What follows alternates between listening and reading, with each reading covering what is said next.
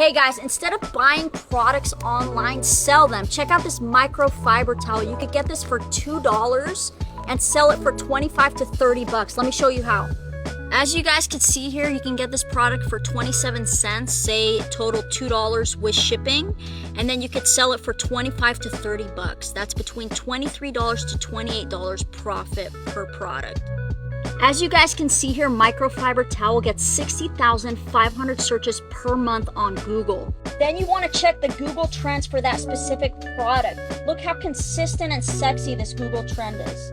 Once you find that product, you want to go to Shopify.com and start building your online store. What you want to do from there is start building an awesome landing page to drive customers to so they can start buying your product. From there, you want to start creating your Google Merchant account, then create your Google Ads account. Once everything's going and you're starting to run ads, what you want to do so you don't have to buy inventory and buy in bulk is start drop shipping the product when you're testing it from eBay. After you've solidified the product that it's making good money, you can go to Alibaba.com and order the product in bulk. Now stop wasting time. Go make that money online, baby.